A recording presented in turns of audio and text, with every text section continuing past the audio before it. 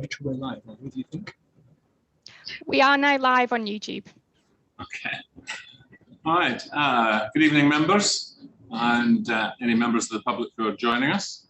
Thank you for that. It's the executive of the 15th of June 2021. We've got quite a full agenda, so we'll get started. Do I have any apologies for absence? Thank you, Chairman. There are no apologies for absence in capacity. Okay, thank you. So, members, it should just be noted, as Rachel said there, Councillor Mansfield, Councillor Duggan are joining us virtually. So they will be presenting their papers and they will be fully participating in any discussions. But thanks to a very strange law, you have to be in the chamber in order to vote. So Councillors Mansfield and Duggan will not be voting. All right. Minutes of the previous meeting. Are you happy for me to sign them? Yes.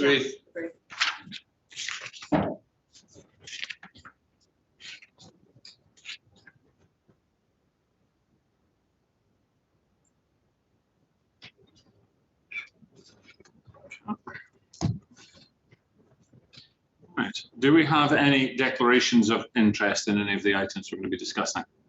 Councillor Page. Thank you, Chairman. Yes, I have a non-pecuniary interest in item 12. One of the subjects, one of the landowners involved in this particular item is a very close friend of mine, so I will withdraw.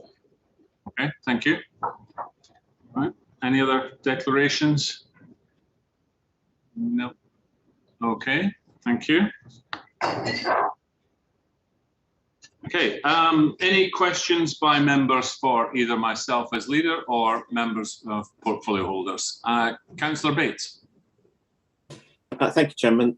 Can I raise the issue of community defibrillators following events over the weekend? I was having a look at the map. There's a community map. You can have a look at all the community defibrillators in Surrey Heath. And whilst there are some in Camberley, there seems to be a dearth, at least on the official register, of community defibrillators in all of the wards. And therefore, my question is either to you or the community portfolio holder. Can I urge you to look into this issue and do whatever you can to increase the network of community defibrillators within our area? Specifically, I only could see there was one recorded at Lightwater Leisure Centre, but in the rural part of the community, with the exception of one school, which is obviously only open during opening hours, there appeared to be very little in the rural parts of the community. There are none formally recorded in Old Dean. And in terms of those which are accessible for 24 hours a day, 7 days a week, there only appear to be 2 or 3, obviously leaving aside the fact we've got Frimley Park Hospital. So this is obviously a very important issue that has come into the news, especially with events of this week. And therefore, can I urge you to work with community groups and others to look at getting them in as many communities now as possible so that nobody needs to travel more than 3 or 4 minutes in order to get to one. And even that is probably too far. Thank you, Councillor Bates. Yes. Thank you, Leader. Thank you, Councillor Bates. I will certainly take it on with the relevant people at the council and see what we can find out. I do know they've actually put one in on the Old Dean. It's actually by the side of St Martin's Church, which I noticed the other day. But yeah, I totally agree. We'll see if we can put together some kind of network and make sure everybody's aware of it. Thank you. Councillor Jennings-Evans. Thank you, Leader. Just to make you aware that if you go onto Windlesham Parish Council's website and type in AED in the search, you will find all the defibrillators in Bagshot, Windlesham and Lightwater. And it looks like I'm looking at the map now. There's 3 in Bagshot, 4 in Windlesham and 5 in Lightwater. Recording in progress. Okay. Councillor Mansfield. Just also to confirm that we have them in Bisley, and through my community allowance allocation, we are also be putting in more of these in the village as well. So we have one at the moment, and there are more to follow. Thank you. Okay, thank you. Councillor Bates, let me come back to you at the end if that's okay. There's other people with their hands up. I know your hand up was before them, but I want to come back to you at the end if that's okay. Councillor White. Councillor Jennings-Evans actually said what I was going to say, and I was just going to confirm that we actually have one in the High Street in Bagshot, which is public and accessible to the public. Okay, thank you. All right, Councillor Bates. So yeah, just back to you, because it was your point that other people have said, but that doesn't. Thank you. Yeah, thank you. The point is that they're not formally recorded on the websites, or at least not the website that I was looking at today. So whilst they may be on parish websites, when people look on the national websites, they're not recorded, and only some are. So can I therefore suggest that all of those that are known by councillors are actually added to that list, so that anybody who may need to use that can actually make sure that they've got as up-to-date a list as possible. Thank you. Yeah, I think wouldn't it be a far better problem to have that we don't know where they all are? We can solve that rather than the cost and the coordination of buying an awful lot more of them. So I think, Mr. Roberts, you happy to take that on? Okay, thank you. Any other questions for myself or portfolio holders? Councillor Whitcroft, Deputy Mayor. Sorry, I'm having technical issues tonight. I have two questions, if that's okay, both in connection with green spaces. The first one, a while ago, there was promise of a disabled swing down in Frimley Lodge Park. I wondered if either yourself or the portfolio holder might be able to update us on the position with that, because obviously it hasn't appeared yet. And my second question relates to, and again, I have asked this one before a couple of months ago. Mr. Harrison did comment at the time, but unfortunately the litter situation in the green spaces doesn't appear to have changed in any way. As you're aware, the Prime Minister declared the initial lockdown back in March last year, and here we are some 16 months later, and the problem still hasn't been resolved. The bins are still overflowing. We're still, obviously, people are still using the green spaces a lot more than they were back then, because of obviously the lockdown rumbles on. What is the answer? What is going to happen? When is there going to be an answer to the issues? Frimley Green Recreation Ground. I was in there walking the dogs one day last week, and the special community police officer, the kids around there, and to be, in Surrey Heath compared to other boroughs up and down the country, we are really quite fortunate with our youth. Yet, despite the fact that the bins are overflowing, the kids are being questioned about whether or not they've left the litter. Well, they haven't left the litter. The litter hasn't been cleared up for days upon end. And, then the kids are being questioned about whether or not they've left the litter. And it's just unacceptable. There is rubbish all over the green spaces everywhere. And as I said, it's been going on 16 months. And I wonder, please, if somebody might give us some idea of how this is going to be resolved and when. Okay, thank you. Councillor Jennings-Evans, do you want to take the first question about the swing? I can help with both. Okay.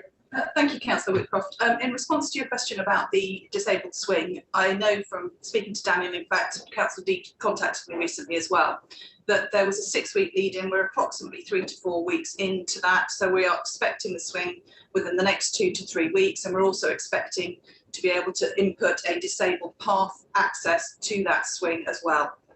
So that hopefully answers your question on that one. With regards to the littering, and I will ask Daniel to pop in here at some point, but to my knowledge, we have increased our litter picks. We've also increased the size of our bins in our public spaces to the big, I'll say industrial size commercial bins.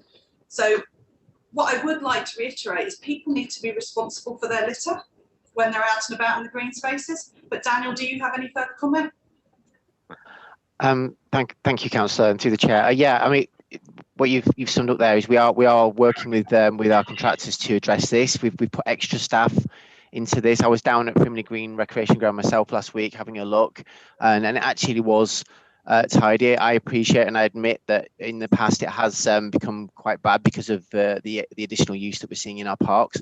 But we are replacing all the smaller open top bins. We're going through them all now with the larger bins, as Councillor Jennings-Evans said. And we've also installed even bigger wheeled commercial size bins that allow the staff, when they're on site during the day, to decant the normal bins into those bins. We're working really hard on that, and I personally think in the last week or two we've seen an improvement on that. And I appreciate Councillor Whitcroft's comments to me a couple of weeks ago, and in relation to a particular resident who was struggling with one bin near to where she lives, which we're also addressing soon, because we're having issues with wildlife getting into the bins as well. But the bins are emptied daily.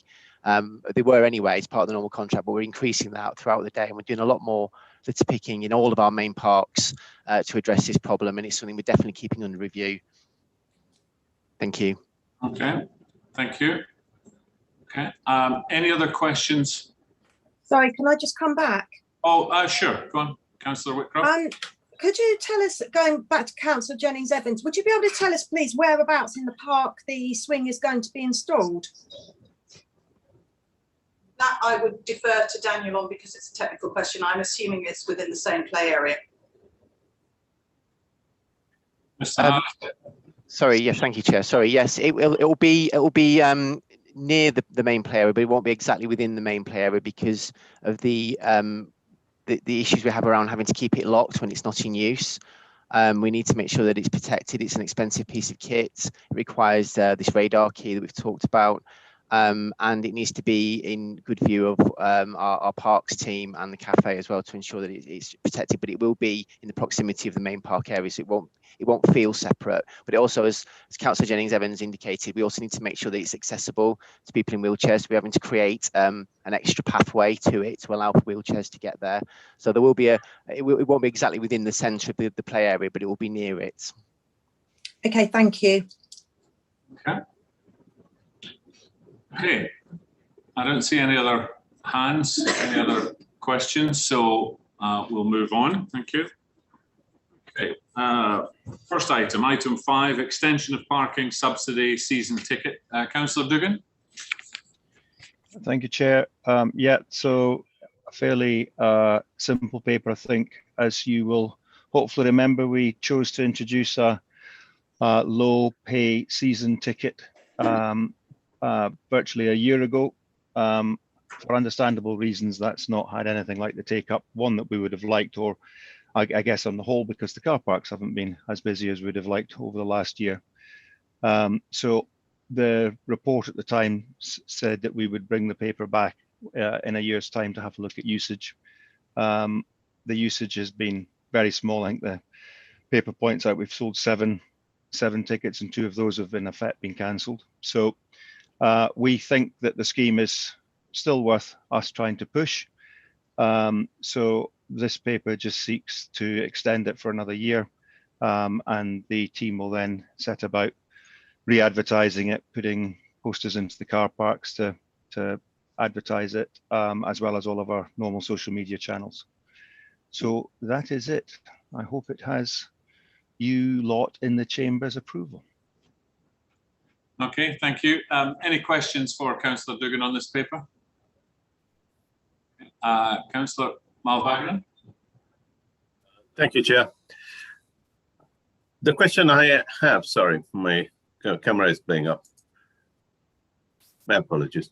The question I have is, has the footfall in any shape or form increased within the town centre? I mean, do we still need to charge for parking? Or that's a big question. At the same time, I mean, putting a season ticket, etc., it's not working. Why don't we actually seriously consider giving free parking to the residents? Because we do want to increase the footfall within the town centre. This is a related question to parking. I'm not too keen on putting a scheme where we are not earning any money, and it just may even remotely, I'm not saying it will, remotely hinder or stop people coming into the town centre. Okay, thank you. Councillor Duggan or Mr. Harrison, do you want to take the first part of that question, which was what kind of increase in footfall have we seen? I'll let Mr. Harrison comment on that one. Footfall is getting to around 75% of what we saw pre-COVID. So it has reduced, but we are seeing a gradual increase, and that will be seasonal, and we're monitoring that very closely. And that's something that we may wish to discuss as a separate item at some point in the future. Absolutely. But in terms of, I don't know if Councillor Doogan wants to answer the question around the free parking issue. That's slightly more sensitive, I suppose. It is, and no, there are absolutely no thoughts whatsoever of providing a free parking service. It is this council's biggest income earner after property. And we benchmark our pricing against all of our other competing towns. On the whole, I would say we are, relatively speaking, cheap for parking compared to other places. And equally, we haven't put our pricing up for a very long time. Do I think that you're going to massively increase footfall in the town by removing parking? No. Thank you. Any other questions for Councillor Doogan on the paper? Okay. I just wanted to clarify something, Councillor Doogan, or Mr. Harrison. When we did it 12 months ago, we took the national minimum wage and increased it by 10%, and that was the threshold. Am I right in saying that 891 is the new the national living wage 12 months later, so the current one plus 10%? Good question. I'm not sure if we moved it.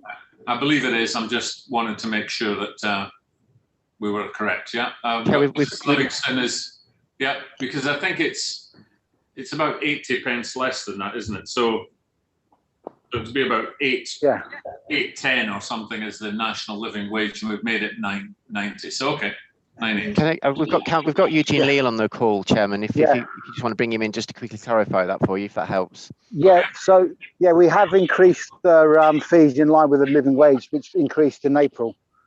So yeah, so the salary threshold has gone up to match what's been promoted on the government website for the living wage. Okay, so we've made it as high as we can in line with what we agreed 12 months ago, which was the national living wage at the time, and now it's the current one plus 10%, which takes us to 890. Okay, or 980 is the actual fee. Right. Okay. There's no other questions then, members. We are advised to resolve that the parking subsidy season ticket be extended for a further 12 months and reviewed by the 30th of June 2022. Are we agreed? Agreed. Okay, thank you. Right. Item 6, Drainage Works Programme 2021-22. Councillor Page. Thank you very much, Leader. Yes, this paper is a review really of the drainage work that we did last year and the programme of work going forward. So as you're aware, the council provides land drainage function through its drainage service, and we're lucky enough to have Wayne Purden here tonight, who puts his wellies on and takes his spades and does that work with riparian owners and all over the borough in our well-known wet spots. But it has a budget of 67,470 for the works, and the remit is primarily to undertake maintenance and improvements to water courses and land drainage systems within our own land, but also works in conjunction with other landowners, like I've said, the private landowner, but also with Surrey County Council and the Environment Agency. So we provide also services to planning applications to help mitigate flooding and look at suitable drainage systems, urban drainage systems in some of the larger developments. And we work in partnership with, as I said, with the other local authorities and organisations. So you will see at Annex A the work programme set out for 21-22, and I can tell you that this is in the current budget and is funded by the current budget. So if anybody has any questions on that, I'll try and answer them. If they're of a technical nature about the River Bourne in particular, that seems to make people in Chobham have webbed feet, according to the ward councillor there, I'll try and answer that, or Wayne might try and fill you in as well. Okay, thank you. Councillor White. Thank you, Chairman. It's a question really for Wayne Purden, and just to make sure that Bagshot hasn't been forgotten about on this list of areas that need to be maintained and looked after. We had quite a spate of gully clearing a while ago, which has kept Bagshot flood free for the last few years, but we're more than worried now with the new development at Chapel Lane, where the natural water meadow is being is disappearing daily, but the water is still there and it has to go somewhere. And I think I did send an email to Wayne or planning and ask them to look at this to make sure that this was not going to be a runoff down into Bagshot, and that the gullies in Bagshot were going to be regularly cleared and the drains, because we have got a historic problem of flooding. Okay, thank you. We want to just make sure that that's on the schedule. Councillor Page, you happy to do that, or would you like Wayne? Leader, I'd like Wayne to answer the question, because I know that we keep a watching brief on some of the other areas, a bit like the Sturt Road Bridge that somebody else brought up at some time. And I know that there is the Windlebrook that runs through Bagshot, and Wayne was probably better placed from a technical point of view to tell us all about the water course there. Okay, quickly then. The Chapel Lane development is obviously a development related drainage problem or solution. I haven't fully looked into that as yet because it went through on appeal through planning, so I didn't get the chance to really advise at the time of county. I am reviewing it at present, and just there's a residents group as well who are basically I need to contact with regard to the recreation ground and how it's being used. Obviously, from the gully cleaning point of view, that's a county council responsibility. I'm not aware of any sort of localised problems, apart from there was a blockage in Bagshot High Street, which I'm still addressing with Thames Water. And overall, Bagshot hasn't been forgotten. Basically, there are a number of schemes. We're looking at the whole Bourne catchment, which basically means everything that is in the eastern side of the borough, pretty much. So we are looking at improvements through Bagshot, Lightwater, Windlesham, the whole West End, Bisley, through to Chobham. Okay, thank you, Wayne. That's good. Good to hear that Bagshot hasn't been forgotten. Good. Okay. Councillor Mansfield. Thank you very much. Thank you. Wayne, just to keep on the radar, if you wouldn't mind, the Old House Lane in Bisley, since the development of what was the former Brook Nursery, the names and the clues in the name, and the fact that the Bourne goes right close by what is now a development of properties, and obviously that Brook Nursery was flooded on a regular basis, and I've certainly got pictures of my sons in canoes in Brook Nursery.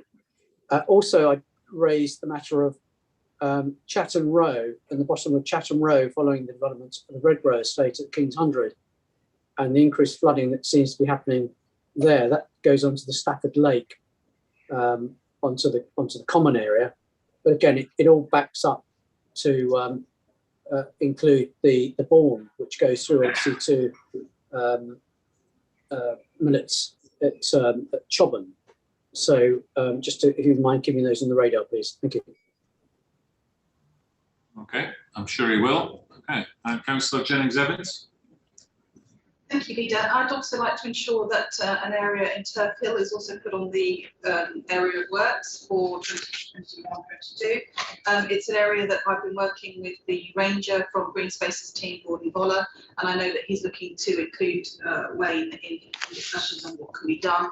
We have an area that we need to get the balance right because it may affect the wet heathland on Turf Hill.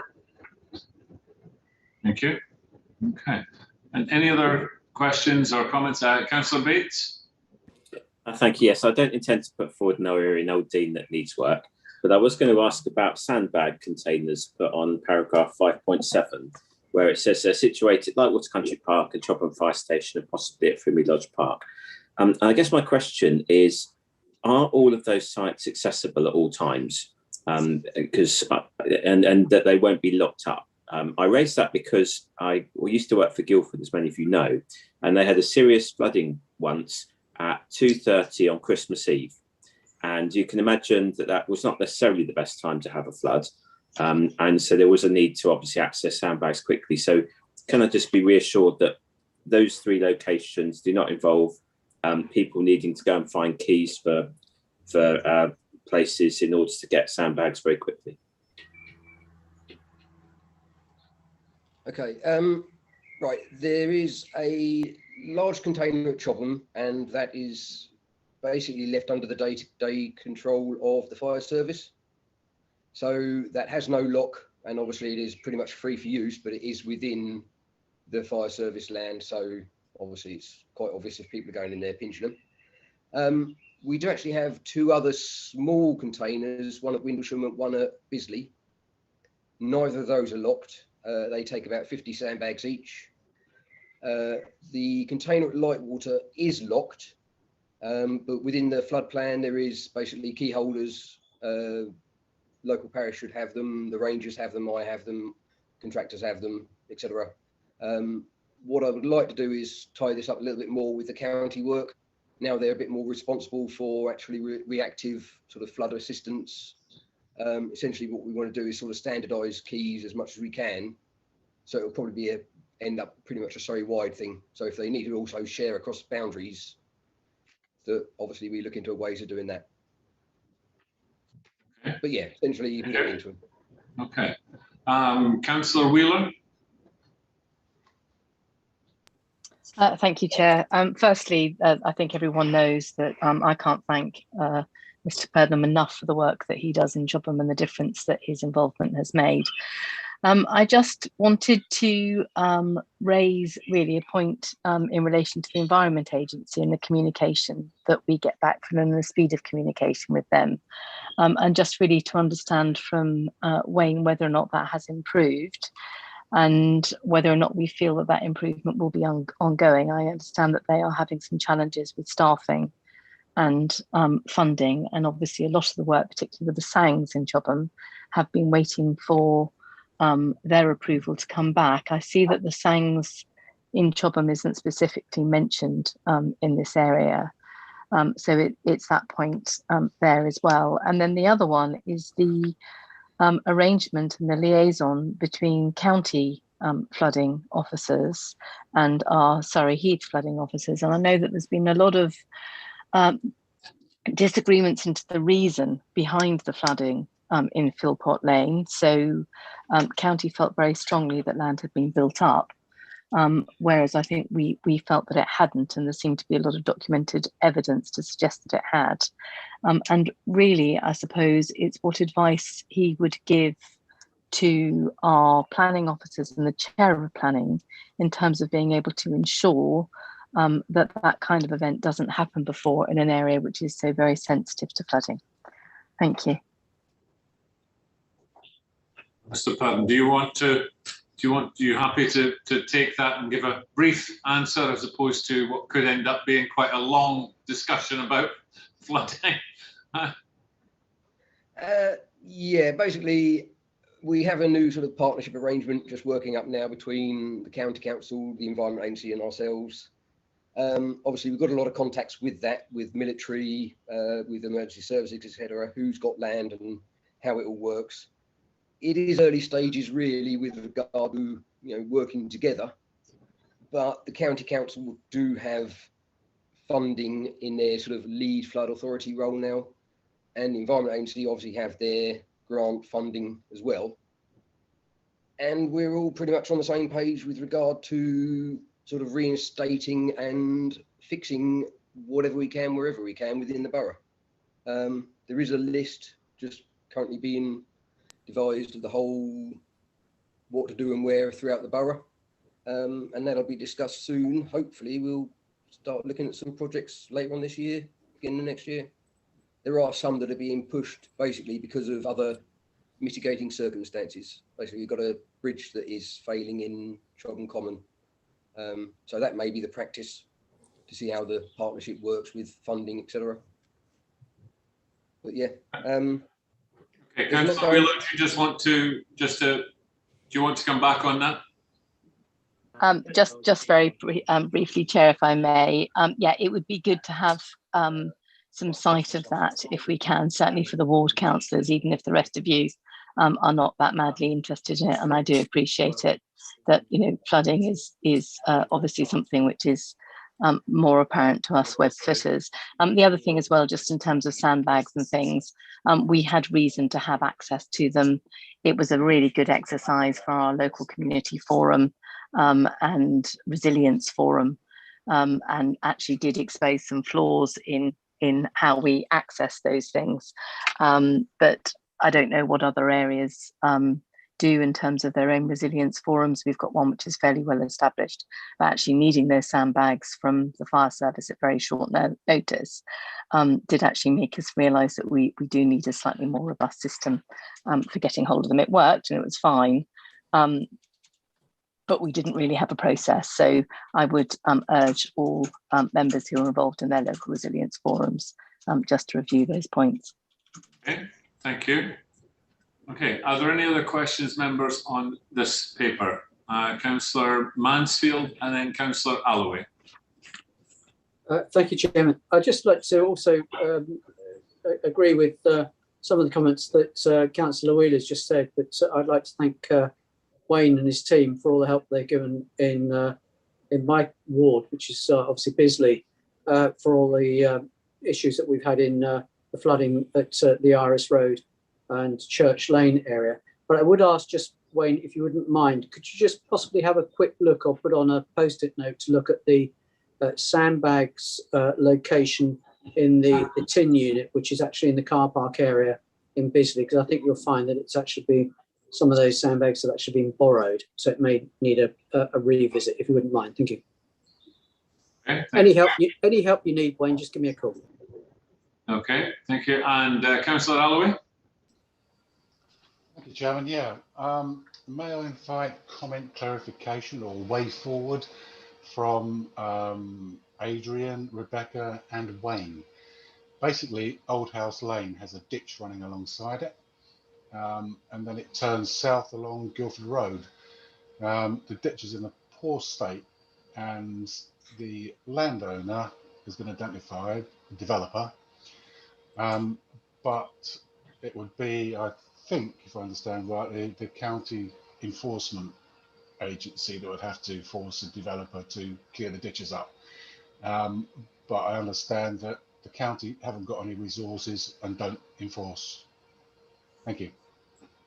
Okay, thank you. Just before that is answered, it's an interesting question because Councillor Wheeler, I'm sure we all have an interest in flooding, but of course it affects some wards more than others. I was going to just congratulate Mr. Purdon on the amount of work he's done, and the budget, just to remind people, is £67,000. Okay, and he's already got 100 committed to some other works which are ongoing.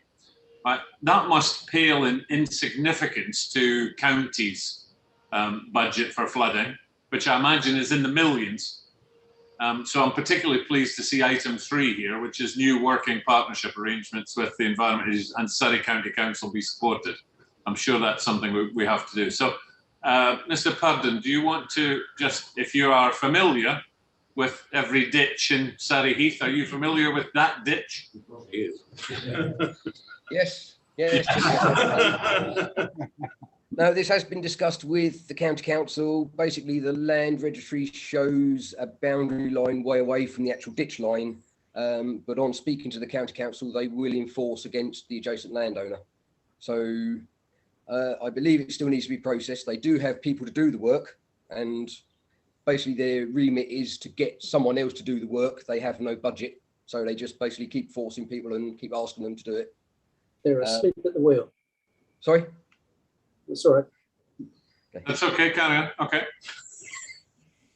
So yes, it will be hopefully done well when the sort of ditching work starts in sort of September time. Okay, thank you. I'm not sure who's going to do it, but obviously we will enforce, or it will get enforced, and hopefully it's from, yeah, we'll ask them to do it probably from that sort of period. Good news. Councillor Page? Yeah, thank you, Wayne. I was just going to say that this is a very new issue that has happened down the Old House Lane, and it's an ongoing issue that's being dealt with at the moment. So there will be some fallout from that, and I'm sure Wayne will be involved on the enforcement side a little bit later on. So thanks for that, Wayne.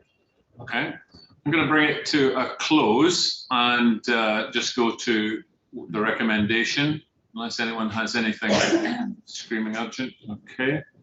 Okay, so members of the executive in the chamber, we're asked to resolve that the proposed drainage works programme as set out in Appendix A be agreed and funded from the budget agreed by full council in February 21.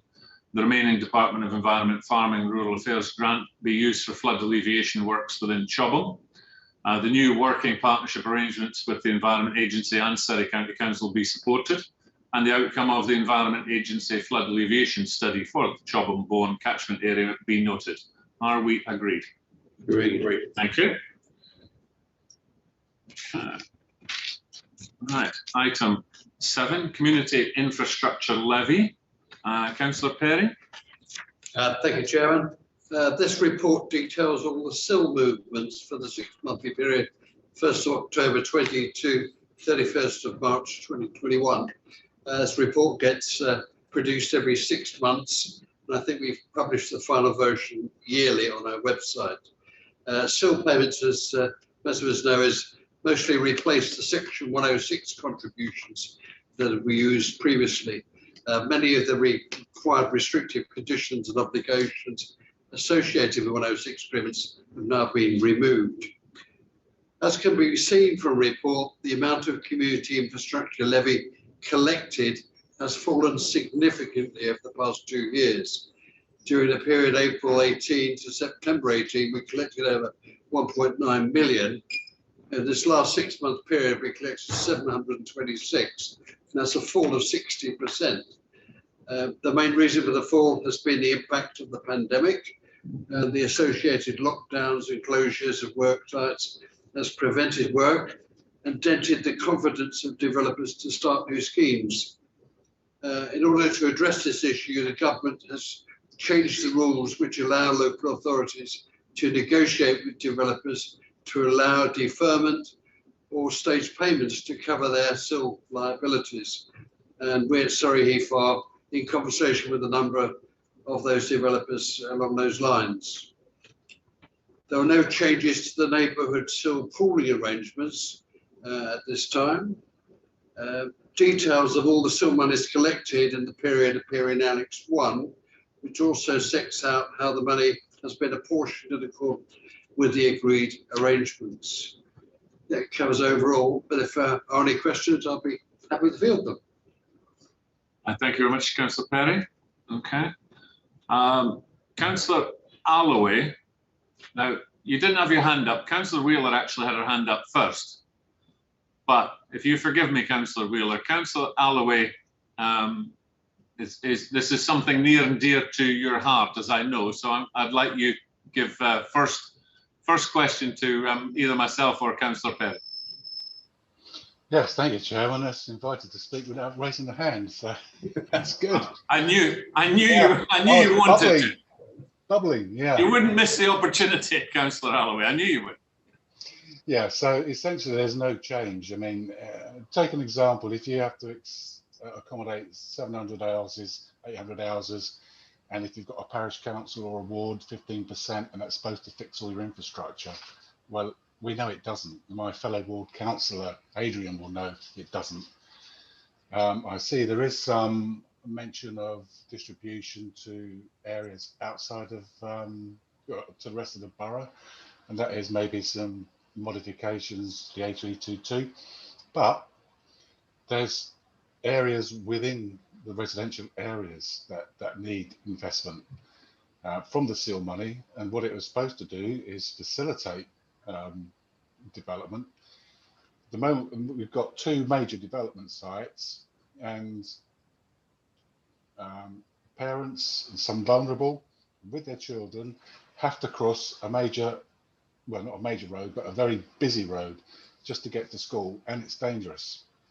But that's going to take a fair bit of investment, well beyond what's allocated to us. In fact, there's 2 or 3 schemes that would take far more than what we're allocated, because we've got priority projects within the parish that have been wanting for years. So my suggestion was going to be at some stage that that funding amount allocation is changed, so that, okay, the wards get 15% to address their immediate needs, but 40% of SIL should remain in that ward to address infrastructure. That's exactly what it was supposed to do. And that would leave a further 55% of that SIL money to go to projects within the borough. I think that would be a far more sensible and fair outcome. So all ward councillors just think when it happens in your ward, you're not going to get much in the way of support with this current setup. Thank you, Chairman. Thank you, Councillor Alloway. If you don't mind, Councillor Pelly, I'd just like to answer, because it's Councillor Alloway and I have been having some discussions on this. I'd like to kill your mic. It won't be a surprise to you, Councillor Alloway, that you and I disagree on this slightly. We agree in principle about the fact that SIL should be spent as much as possible in the ward that, let's say, takes the pain of the house building. That's where it comes from.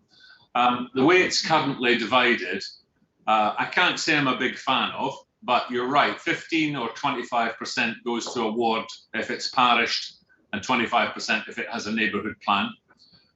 We took a decision many, many years ago that every ward will be allocated 15% of whatever their SIL money is in that ward.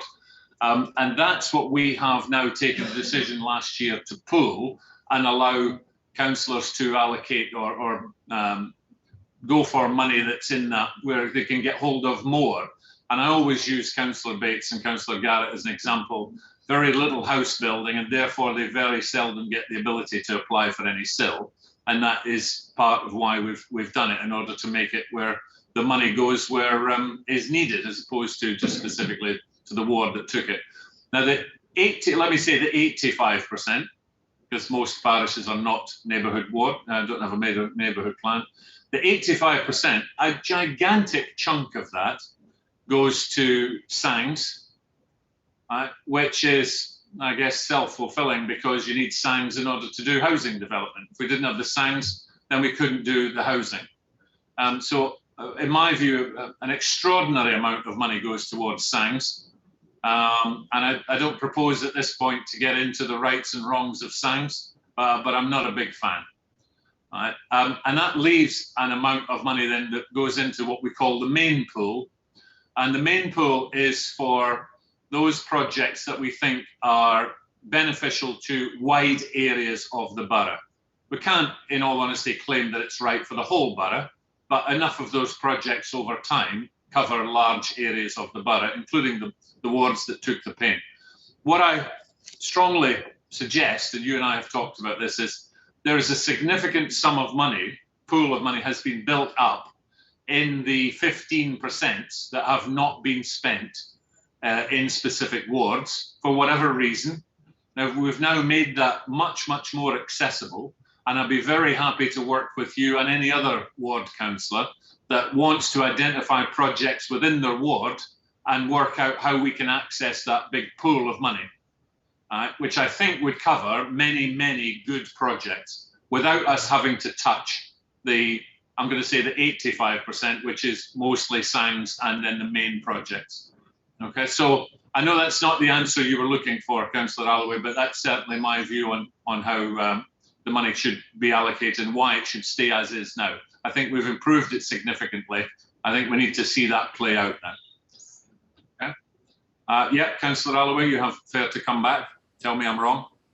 Well, any other ward, if their 15% is not spent, I mean, I'd be sacking their ward councillor, because you should be able to find things to spend 15% of your SIL money on to improve the environment that's accommodated in development. And I'll be fighting tooth and nail to hang on to it. Yeah. To be fair, there are many reasons why it wasn't spent. Partly it was very difficult to access. Sometimes the money is just not enough to actually do that much with. Some people's funds are maybe 20, 30,000 pounds, which you think is great, but I think that swing that we just talked about is something in the region of 25 grand for a swing in a park, albeit a specialist swing. But you know, it takes, unfortunately, a number of projects take real money far and above some of the budgets that were there. But as I say, we've changed that now, and you now can access much, much more substantial sums. And like you, I would encourage everyone, let's get the money spent on really good projects across the borough. Okay, I'm going to stop there now and just go to Councillor Wheeler. Okay, so I think we've kept her waiting long enough. Councillor Wheeler. And just as I say that, our picture freezes. Okay, can I take advantage of that? Okay, so Councillor Alloway, you take it away. Go on. Okay. While Councillor Wheeler's coming back. So just 2 quick points. The SANGs, why should that be paid for out of SIL money that is supposed to facilitate infrastructure? Why do you have to spend money on SANGs from that SIL money? Can't you fund it out of other funds? Because, you know, it's great to have a SANG, but people can't cross the road safely.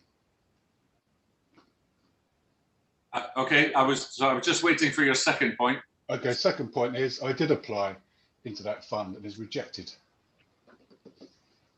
Okay, right. Okay, so the first one about SANGs, again, it was decided some time ago, and I'm sure it could be something that we could review in the future.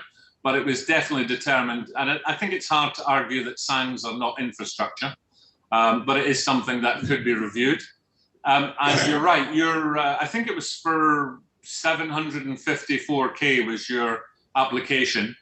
And it wasn't rejected for lack of funds. It was actually rejected on the quality of the application.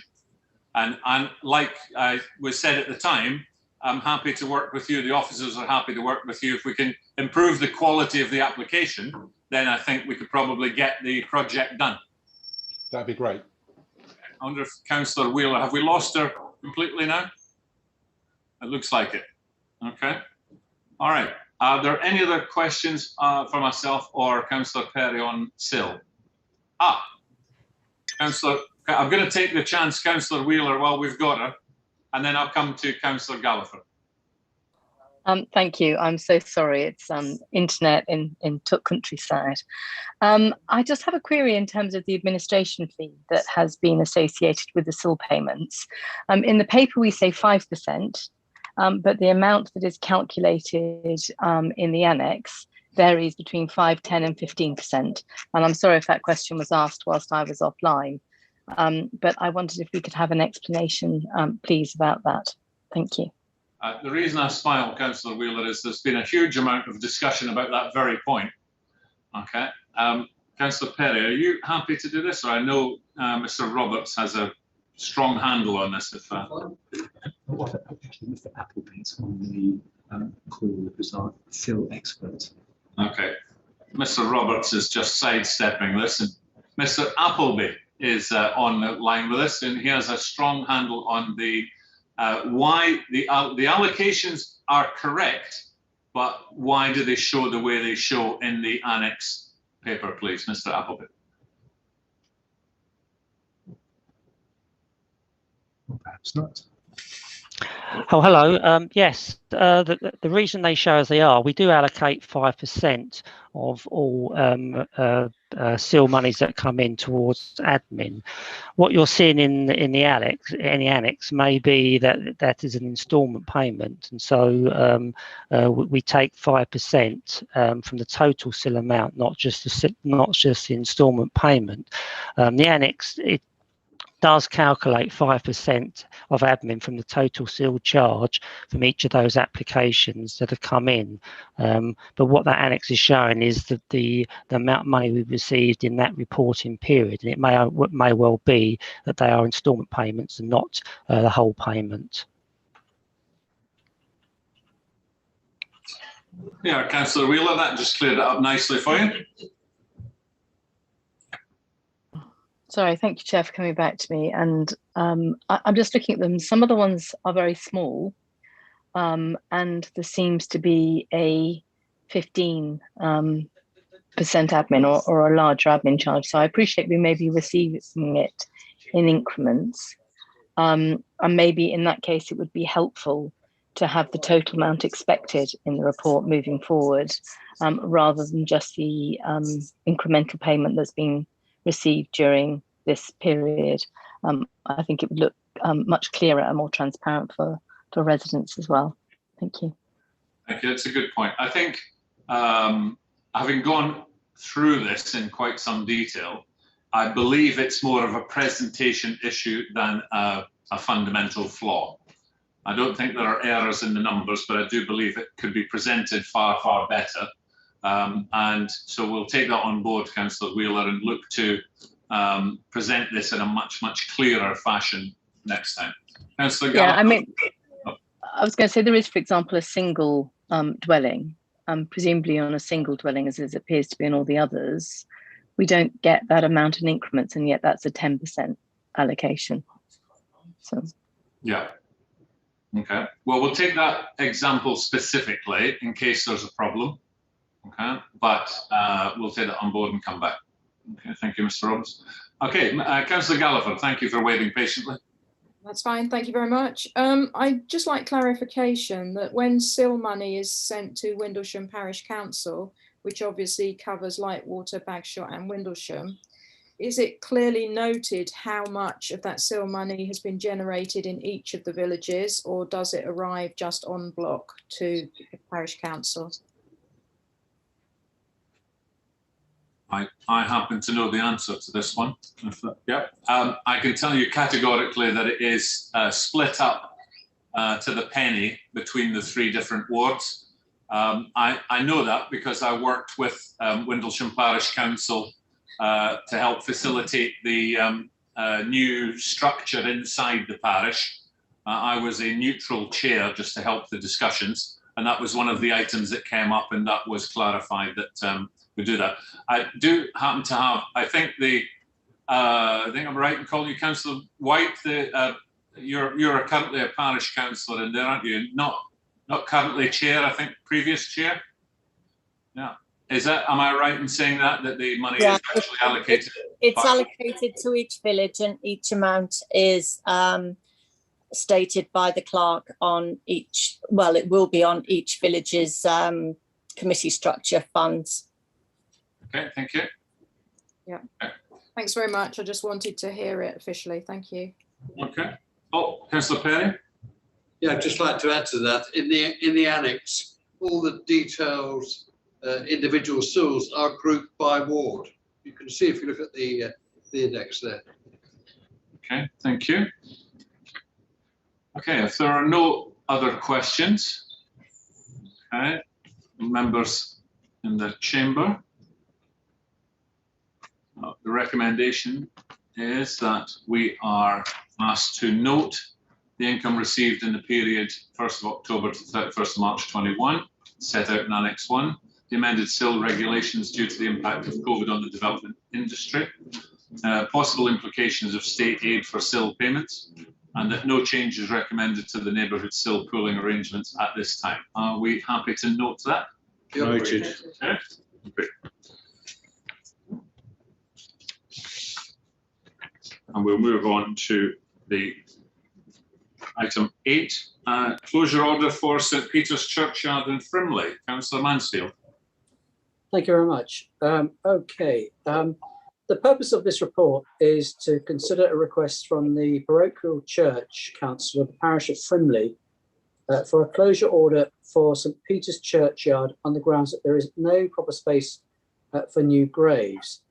The recommendation the executive is advised to resolve is that the executive head community be asked to report back to the Parochial Church Council of the Parish of Frimley that the council has no objection to the closure of the burial ground in the graveyard of St Peter's Church, Frimley, on the grounds that there is no proper space for new graves. And, however, item 2 is that the current discretionary grant scheme for the upkeep of the churchyard within the council's approved budget still be continued. I will, however, ask you just to note, members, that if you refer to the letter which is on attached to these papers, which is of the 10th of May, that basically outlines the request from the Parochial Church Council of the Parish of Frimley for this closure. I would also just note, and I may ask, should anyone wish to ask any questions for the Executive Head of Community, just to clarify. On items 1.5, which is on page 44 of your papers, 1.5 notes that the closure of the churchyard in Frimley would result in just one open graveyard in the borough for burials, which is in St Michael's, Camberley. That is, in fact, has been corrected, and if you wish, I will ask for the Executive Head of Committees to just clarify that point. But there are a number of the wards within the area of Surrey Heath, certainly within the villages, where there are still burial places, and that that will be amended. But however, this is quite a unique request. It's a request by the Parochial Church, so basically it's just an advisory that we're asked to resolve. Any questions? Thank you. Okay, thank you. Councillor Bates. Thank you. Yes, I do have a couple of questions on this, actually, even though this isn't actually in my ward. Firstly, can I clarify the issue of burial of ashes? Because it doesn't appear to be covered on here. I can agree with the fact that at St Peter's there isn't space for graves, the open graves, if you like. But there is, or was, at least last time I visited, an area where people could bury ashes. And the map that I've been sent through isn't particularly clear as to whether it is or is not included on page 51. Now, if people wish to bury ashes at Frimley, which they were able to do, I believe they still can, then my view is they should be allowed to continue doing so. There was certainly more than enough room there last time I was there. I certainly agree, though, about graves, because there wasn't space for that. The second point, so I guess my concern would be just to ask the Executive Head of the Community to clarify that particular point as to whether the area is or is not included, and whether or not people can still bury ashes, because they may wish to do that. The other area I did want to highlight has just been touched upon in regard to the open graveyard at St Michael's. Now, I know that area quite well. There isn't a great deal of space there either. So I can't speak on behalf of the PCC at St Michael's or how many spaces there are left, but at some point it might be a similar request made by them, in which case what would then happen to people of Camberley. So I think it would be helpful if there are other spaces elsewhere for that to be known, because I wouldn't know, apart from St Michael's, where people could then be buried. So if there are other sites available, whether it's for graves or for ashes, then I think that would be important to know that. Okay, thank you, Councillor Bates. Councillor Mansfield? I think that's a really fair question, Councillor Bates, and I would like to take that up on your behalf to get the answer to you. I haven't got a direct answer. The letter, if you refer to, and the conversations we've had, I refer to the letter of the 10th of May, and the conversations we've had has specifically actually covered the area of burials. And I'll be quite open with you. inclusion of ashes hasn't arisen. So I will take that offline. And if you wouldn't mind, I'll get you a separate reply on that, because I think it's a very, very good question. My concern was that the fact that the view was there were no spaces within the borough for further burials, which is in fact incorrect. But I will take that point because it's a very valid point, and it's a subject that I have to say I have gone into some depth on as regards to the subject. Thank you, Councillor Bates. I think Councillor Bates, it is a good point. And Councillor Mansfield, when he comes back, our format now is that we'll actually write to all councillors, not just the person. We used to just write back to the person who asked the question, but we now write back to all councillors, whether they were on this meeting or not. I think from memory, there was St Michael's had something like 10 years worth of capacity left.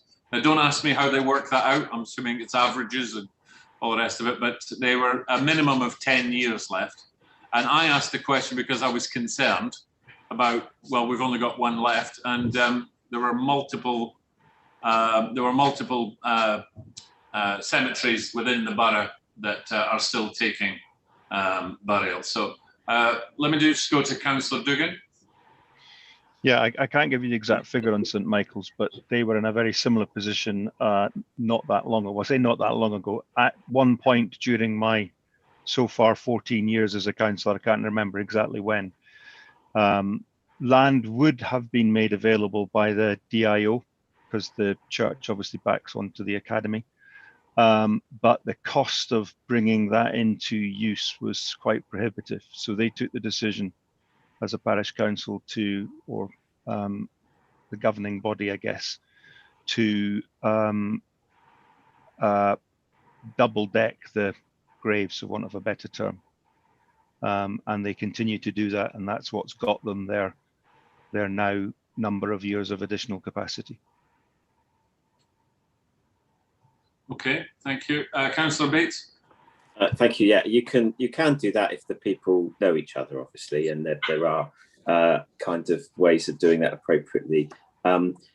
Just going back to Frimley though, there was a walled garden area. I mean, I don't know if either of the Frimley members are on the call, but certainly last time I went, that was there, and I think that is really important just to clarify about that, because at St Michael's they also have an area for burial of ashes, which is actually my father's burial, so that's why I know about it. So, and it is quite near the church, but similarly that has become more popular over the, well, it depends where you put it, but certainly more used over the last 12 months. So I think it's something which more people are now beginning to look at. And I just want to make sure that we're not completely taking that option away from people. Certainly that is going to continue at St Michael's, but certainly at Frimley, that should be something I hope the parish, I'll be surprised if they haven't, because they're very good PCC at Frimley, but I just want to be absolutely certain that they're still going to allow that. No. Okay, I'm sure Councillor Mansfield will come back to you. Okay, if there are no more questions on this item, okay, I'm pleased to see that we are continuing our grant to help them maintain the cemetery. Okay, so as Councillor Mansfield said, the members in the chamber are advised to resolve that the executive head community be asked to report back to the PCC, has no objection to the closure of the burial ground in the graveyard. I would just put the caveat in there based on the discussions that Councillor Mansfield and head of community have with the PCC about ashes, on the grounds there's no proper space for new graves. And two, the current discretionary grant scheme for the upkeep of the churchyard within the council's approved budget be continued. Are we happy to resolve this? Great. Thank you. Okay. So that brings us to the end of part one. Members, we are advised to resolve that under Regulation 4 of the Local Authorities Regulations 2012, the public and press be excluded for the meeting on the basis that what we're about to discuss may have exempt information. Are we agreed? Great. Okay, well, thanks so much to anyone who has joined us. Thank you and good night.